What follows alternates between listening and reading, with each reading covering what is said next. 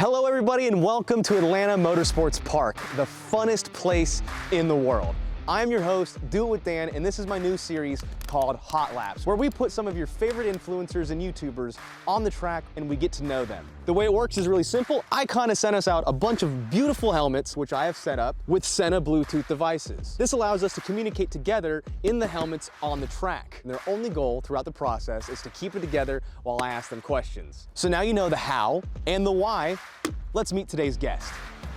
Now our guest today is none other than David Patterson, or better known as That Dude in Blue. He's known for a myriad of brilliant car reviews, and if you're into automotive content on YouTube, there's a pretty good chance that one of his videos has come across your feed. But car reviews isn't all he's known for. He's also known for his love of his grabber blue Mustang, better known as Smurf, which he spent many years modifying throughout his YouTube career. And when he isn't tinkering with one of his many builds, he's usually traveling to make more content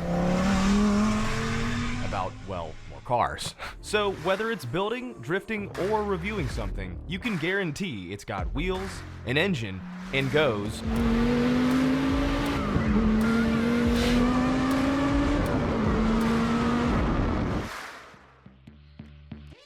Now, like I said before, we're at Atlanta Motorsports Park. They obviously have a brilliant racetrack for cars, but today we'll be riding on their go-kart track, which feature rental go-karts that can go up to 55 miles an hour. The track features many twists, turns, chicanes, and over 43 feet of elevation change, making it both fun and challenging. I'm out, yep. And real quick, right before we get started in today's video, I gotta say thank you to Ridge Wallet for sponsoring today's video. I got my new Ridge Red. I've been wanting this one for a little bit since they came out with it. I freaking love it. I have this weird thing where I like to match my vehicles to my Ridge Wallet. So when the Corvette was that blue color, I had the blue one. Silver, I've been rocking the silver, and we're about to peel it and go back to red, so I got the red one, obviously. The Damascus pattern was my favorite for such a long time. It's got a great texture. It feels awesome. This one's absolutely worth it. It's not your dad's wallet, right? Not that tri-bill fold wallet crap, you know? This is sleek and an RFID blocker. A lot of people are getting their cards skimmed nowadays. It's not gonna happen inside the Ridge Wallet. It protects you from that. It can hold up to 12 cards, plus it has room for cash, depending if you wanna go with the cash strap, like I did here, or the money clip like I have here. But I do like to clip mine personally on my belt loop, so it's always there. I always know where it's gonna be, and it's easy access. Like your mom. I got over 50,000 5-star reviews, which is absolutely super easy to understand. Everybody that I've turned on to these wallets freaking loves them. Got most of my friends a Ridge Wallet. Hell, I've even gotten my dad one. He loves his. Incredibly durable material, and they come with a lifetime warranty. I mean, there's really no reason not to buy one. And if you're someone who likes deals, you can use my coupon code DOITWITHDAN and get 10% off of your order. That's right, you can get a Ridge Wallet at a discount using my coupon code DOITWITHDAN. It's that simple. I've got a link in the description you can click in. It should also be in the top comments. And also thank you again, Ridge Wallet, for supporting the series and myself. Let's see what David has to offer the track. All right. Let's hope this is our third attempt at this. Oh, dude, that car is so much faster than this one. All right, everybody, I've got David, That Dude in Blue, here with me. Hi. And we are doing hot laps with him today. Attempting to. Oh my God, that car is so much faster than this. My tires are cold though, so. Yeah. All right, David, let's start this out. All right. You and I were talking a little bit about electric vehicles earlier today. Yeah. With states like California planning to ban all gasoline vehicles by the year 2035, how do you think that's going to affect the car culture? So I think the best way it's going to affect it is how car people are going to adapt to it. The reason I say that is whatever era, whether it was the oil crisis in the 60s and 70s, people have always figured out a way to love cars, and they're going to figure out a way even with electric cars. And with electric cars, I think it's going to be more of a cosmetic thing. People are going to get really good about that, but it won't be the same. It won't be the same as like upgrading your motor, building your motor, putting on a blower, putting on a turbo. All that will be a lost art. And I think that's the unfortunate thing about it. Cold tires. And people will figure it out, but I just don't see California being able to successfully do that in such a short time frame. Personally, I just don't see it. Especially with the way the grid system works, you know, it doesn't seem possible. No. Do you think that people will be able to find some sort of way to modify their cars outside of just putting wheels and tires and wrapping them? If there's no motor, if there's no exhaust noise, what else can you do to them? Yeah, I think there's going to be some weird hot rodders that are able to put bigger batteries or a higher charge or something in there. I mean, we've seen some very tiny electric car companies really make these things so ballistic fast, right? Especially at like Goodwood Festival of Speed, we saw a little tiny single-seater do like a 0 to 60 in like 2.0 or 1.9, whatever it was. It was fast. Yeah, like 1.9, I think. Yeah, it was something ridiculous. And so the potential for performance is there. It's how car culture is going to respond to what kind of culture of it itself, right? In the aftermarket. You know, you've reviewed a lot of electric cars, and you've reviewed a lot of cars in general, whether it be supercars, regular cars, minivans, trucks, all of the above. How do you feel that the EVs... Oh, I got you. I was having some fun, that's all. Yeah, me too, man. I was getting it. I was just being an idiot sliding around. What made you want to start doing car reviews? What triggered that? Honestly, it was kind of a little bit out of necessity because my original YouTube content was doing really bad. And I just couldn't figure out something, but it was right in front of me the entire time. I had been going to a skate park in Virginia Beach for years, and this guy saw my car and he said, "Hey, how come I don't see you with any car stuff at all?" And I was like, "What do you mean?" He's like, "Yeah, there's like this street racing meet down the street. You should check it out." So that very night, I went to my first nighttime car meet, and it was like, oh my God, Fast and Furious stuff is like real? You know, I had no idea, and it completely changed my life. It changed my entire social circle. I cut out bad people in my life, and it made me realize I, just didn't fit in with a lot of people, but with cars, it was so easy for me and fluid. That makes a lot of sense. I know you like gun content. You and I both talk about gaming and stuff like that. Oh yeah. Let's say that tomorrow YouTube is like, no more gas vehicles on YouTube. No, matter of fact, no more car content. What would you switch to? What would you switch your content to? People might be surprised, but probably something to do with history. History or, well, gaming as well, but the thing about gaming that's so challenging is that people come and go so fast in the gaming world, right? You need to really be different, and it's hard when you get trapped in a box specifically by one game, right? So if you are really good at that one game, and then the game's life cycle is over, are people gonna keep still watching you, So I've always been about the long game of content, but history I've always adored. I've always been very passionate about it, and if you don't know history, you're really missing out, because anything that's ever happened in the human experience, you can relate it to what happens in your life today, and that's how I see it. What part of history gets you the most? What are you interested in the most? Basically when humans really mess up. Like nuclear bomb mess up? Yeah, like World War II is a big one for me. I would say I'm like a mid-tier level expert at World War II because it's the most devastating, well, in a short period of time in modern world since, it's the most devastating thing humans have ever done to each other. We still don't know the actual casualty list of civilians and soldiers to this day, but we know it's up to almost 80 million. 80 million? Yeah, so in that case, there's so many records that have been lost, and we can learn so much from that era because, one, it shows people's determination to get together and stop something really awful, but at the same time, basically government stuff too. You can learn about like how easy all these governments fell with these movements when people were desperate, and how without World War I and signing the Treaty of Versailles, there is no Nazi Germany, right? Because we set Germany up for failure after World War I. Well, yeah, they kind of lost their privileges. We took everything away from them, and by we, I mean the Allied powers, and so that set them up for failure, that made them desperate. They put a really bad guy in power because they were desperate. And that's just what happens sometimes. So you'd probably become a history nerd. Oh yeah, I am 100% a history nerd. 100%. Whee! Lots of cold tires today. Yeah. So does that translate to any of your favorite vehicles? What would you say your favorite vehicle is from history? The short and sweet answer, I think, is the Mustang. And people are going to be like, yeah, you said the Mustang, but it really changed car culture in every single way.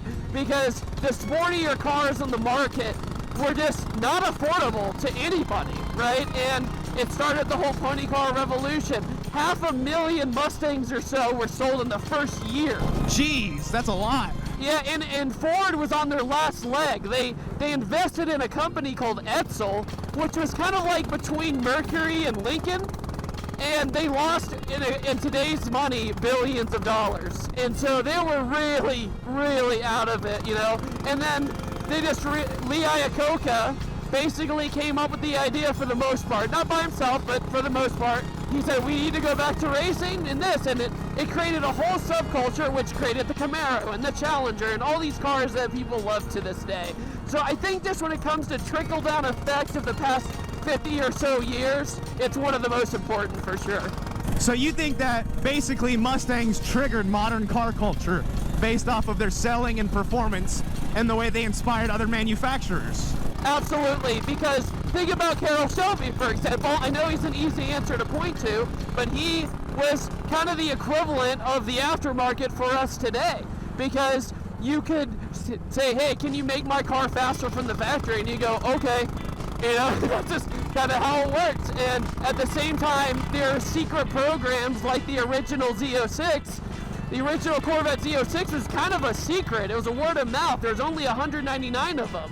And it was literally not even in their ordering statement. You had to know someone. So that's like where people got the itch to really make them faster. And people will also argument the hot rods of the bootleg era to get away from the cops as well, which were NASCAR. But I think what we know today would not be the same way without the good old like drive-in car meet hot rod era of the 60s and 70s, because that would later influence the Japanese to step up their game and make imports that are awesome too.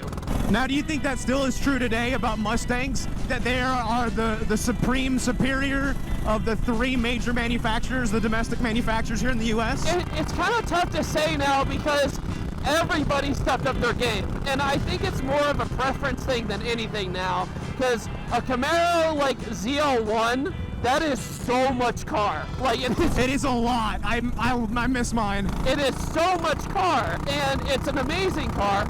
But then you get in the new GT500, and you're like, oh wow, this is also a lot of car. And then there's Dodge going, we just like to do burnouts. You know, it's just a really interesting concept of how each brand took a different approach to get kind of a similar result. Yeah, they don't give a shit about performance other than straight line. No, they don't care at all. Oh, look at Joey on the scooter. Woo! You know, I know we briefly talked about it, what inspired you to buy the Mustang. Obviously, you came off of, was it a 3-valve? Before you had Smurf, it was a 3-valve Mustang? Yeah, so I had a 2-valve was my first car, which is like the New Edge. It's like a 99 to 04. And it's like basically a glorified Crown Victoria, right? Right, exactly. You know, I wanted something different, and I originally was going to try somehow, I don't know how I had this in my head, to try and get an S2000 next. And the insurance for a 2-seater sports car when you're 18, they're like, okay, no. And what's funny is a 3-valve Mustang was cheaper insurance-wise than the S2000. I just went for that because I was like, okay, I just need to get a new car, or a used car, you know what I mean? And then I went on to Smurf, but the Coyote motor is what really sells me on the Mustang platform because of power per dollar. It's just so cheap to make fast. It's just absurd. Like, if you just want stupid power like that, it's the easiest platform out there. Like, people are like, what kind of cams do you have in it? I'm like, stock. Like, the whole motor can be stock, and you can make over 1,000 horsepower if you want. Right. You know, it's just great. Now, was there ever a point in time where you had almost bought something other than a Mustang? Was it almost that dude in red with a Camaro with a bitchin' Z06? What were your other options besides Mustangs that you were considering? You know, like, at the time, the Mustang just kind of laid into my lap because of just circumstance and, you know, family history as well. You know, you kind of have that little bit of itch. But I was considering the Subaru BRZ/FRS as well, and it just didn't do it for me. And I hate to say that because I think what I expected out of the out of the BRZ was what we get in the GR86 today. Right. Because I adore the GR86. I absolutely love them. They were about the same price, right? You can get a Coyote Mustang at the time like a 13 or 14 for the same price as the BRZ, and the BRZ handled very well. You could slide it around and be stupid, but you know, I wanted to level up, you know what I mean? I wanted to go faster in a straight line at the time. More power, baby! More power, baby! And I was drag racing at my local drag strip, so that also was an influence. And the thing with the BRZ was, you would merge onto the highway, and you're like, I'm getting passed by a minivan. Why is this like this? You know? At the time, you have to understand, I didn't understand the car's philosophy. And to this day, I think they're an awesome first sports car, you know, you just start with, because you can modify them, aftermarket's great, but just at the time, that was the #1 other consideration. Follow my line on this turn. Oh, is he going for the skirt? Oh, I understeered so bad following your line. Like, you're gone. I'm going to give you a head start and see how much faster this car is. Okay. All right, we'll do a quick head start. Go. All right, I'm wide open. All right, I'm going. Here we go. Wide open throttle. Come on! Are you pulling on me? Oh my God, you are. Oh, I'm out. Yep. Where are you? I'm good. I was like, wait a minute, doofus, you have to brake when you're catching this man. Well, let me ask you this. Since you and I are both really keen on modifying our vehicles, we were just talking about you modifying your Mustang. If you had any recommendation to someone who is new and doesn't have the budget that we do to modify their vehicles for cheap, what would you suggest? Save your money and buy tires, #1. And I'll make this short and sweet, but tires, #1, because it's the only thing keeping you on the road. The only thing. Absolutely. So, if you want to feel a drastic change in your handling in a car, it is the #1 thing, by a long shot. Then suspension. Oh, I followed your line again. I can't follow that right now. Your tires aren't as good. So tires, suspension, brakes, then power. Don't fall into the trap of, I need 1,000 horsepower in my first car. God, that's such a fucking trap, isn't it? The 1,000 horsepower trap. Yeah, like, seat time is king. So I recommend buying a slower car first and leveling yourself up over time. And also, last but not least, take a freaking driver's school or racing school. You will waste so much time if you don't know proper racing technique, because you just won't know what you're doing wrong. And then you'll go to a racing school and think you're a good driver and then get humbled by a guy in a Miata while you're in a Viper, right? It's just one of those things where it's technique, it's patience, while also being in the right car. So #1 thing, seat time and tires. I get behind that 100%. Tires are so important, especially when it's cold out like this. Now, all the money in the world, you have no budget. What chassis and what engine are you throwing together? A car I can just buy or build. You building it, and you can write a blank check and it's done. Oh, Any chassis, any motor, any upgrades. What are the key components? you know, I've always been a Lambo guy, but as of right now, I just drove a 5th gen Viper built by Nth Moto, and I was absolutely in love. You know, it still had a manual transmission, didn't even have the sequential. It made 1,400 wheel. It was rear-wheel drive and it dead hooked. That's so fucking nuts. It was so much fun. Like, I can't describe it because it kind of gave me old school Supra vibes. You know, where you have that rear-wheel drive with that big long nose. Yeah. And it was just so much fun. I loved it. We've covered a lot. Yeah. We've covered a lot. I think maybe 1 or 2 more questions and we'll pull it in. Yeah, my fingers hurt. My hands are getting numb. All right, David, this is our last lap. Tell us what you've got going on in your life. Let people hear something that they don't normally get on That Dude in Blue's channel. Give us an insight on what's going on in your life and what's good. Well, as Dan knows, to give you the content that I give you, I have flown 150,000 miles this year. I love traveling, I love making things happen, and at the same time, I just want to say, you know, I'm very thankful to be where I'm at, and Dan has always been very supportive of me behind the scenes. You know, basically, I'm always going to be grinding away and making more reviews and building more cars, and that's all you can ask for in this life is, if you get to do what you love, then you're doing it right. Right, do it with Dan. Absolutely, man. I fucking love that.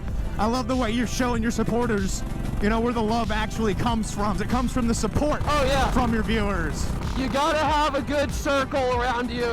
The number one thing that changed my life and what made me love the car scene was the two things that made me happier in life were cutting people out that I really shouldn't have been around anymore, and also changing your environment. And guess what?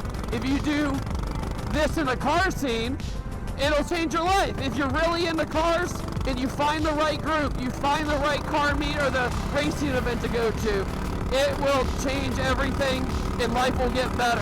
And it's gonna probably suck at first because you're gonna be uncomfortable around new people, but once you get past that, it'll be the best thing you ever did. Fuck yeah, absolutely, man. All right, my cart is, I think, starting to run out of gas. It's losing power. Let's pull in. All right. I think most of the gas is on my leg. I don't think I closed the lid tight enough or something. My dick is gonna smell like gasolina. I absolutely appreciate you coming on the show and doing this for the third time. If you guys don't know this, David and I had audio issues basically like all the times. Every single time we did this. So hopefully this one works. I think it will. It sounds better. Like, if not, I'm just gonna, I don't know. I'm just gonna invest in like a studio microphone and put it in a helmet. Like a snowball right here. Yeah. But absolutely, David, you've been a long-term friend of mine, nothing but a good person. I'm very happy to have you on this episode, and thank you for helping me figure out all the kinks that I've had with this, and I'm hoping that it's fucking perfect audio. Fingers crossed. Oh yeah, I mean, it's a great idea. I love the idea and I believe in it, so that's why I'm here. All right, let's we'll park these bitches and then we'll go home. Oh, side note, Dan has to send me the footage of me driving his race cart. Oh, that's right. The audio's probably garbage, but yeah. I forgot about that. David rode my KA 100, so I'll send that to him and maybe he'll put it on your channel. Yeah.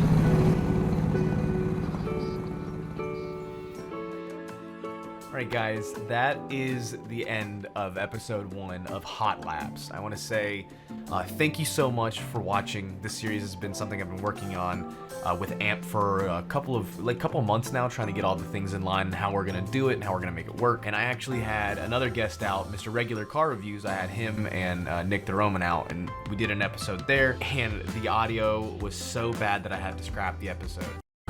Yeah, Nick is in the forefront. I'll probably be passing him at some point. Yeah, right. Customary, I don't have it. I don't have it. Damn master. We found out that it was the GoPro's fault. I have a Hero 9 and a Hero 10, and not that this is important to you guys, but the Hero 9's audio is no longer compatible or something. Maybe it's just that particular GoPro, but the audio that was coming out of that GoPro was garbage, despite the helmet having the exact same setup with the microphones and the insulation, all that. I have them set up the exact same way. My audio, crystal clear. Mr. Regular's audio sounded like he was in a tumbler, and which is all my fault, by the way. This is, I don't want to make sure anybody knows that, like, David's poor audio in the first episode that we didn't air, and Mr. Regular's audio, all of that is my fault. I thought I did the thorough testing, and I guess I just didn't. So I'm gonna have him come back out whenever he's available, and we're gonna refilm that episode. So that is in line. I also have a long list of other people who've agreed, just narrowing down dates on when to do it. So that's gonna be fun. But I feel like this series has a lot of potential. I feel like it has a lot of, I enjoy it a lot, and I also enjoy it a lot too, bringing people out that I enjoy and that you guys enjoy, and having them on the show. I think it's just a really cool concept, and I want to say thank you for AMP for helping make this happen. This is so cool that I have a place to facilitate this, and I can bring people of all shapes and sizes to AMP, and they'll be making their own content. Mr. Regular, he made an episode despite my end sucking, and hopefully David will be making one too, depending on, hopefully the audio isn't so bad on the race cart. Oh my god, jeez! Holy crap! Oh my god! Holy crap! My brain is moving! Holy shit! But anyway, I want to say thank you guys again for watching. Be on the lookout for more episodes, and please fill the comments with people who you'd like to see on the show, and we'll go from there.